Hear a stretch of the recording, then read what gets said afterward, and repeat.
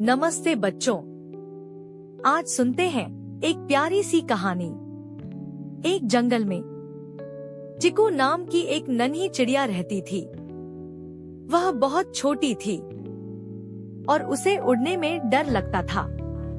एक दिन चिकू ने सोचा, मैं नहीं उड़ पाऊंगी। तभी उसकी माँ ने प्यार से कहा, बेटा, अच्छी सोच रखो। अपने आप से कहो, मैं कर सकती हूँ। चिकू ने आंखें बंद की और बोली, मैं कर सकती हूँ, मैं कर सकती हूँ। उसने अपने पंख हिलाए, फड़ फड़ फड़। अरे वाह! चिकू उड़ने लगी।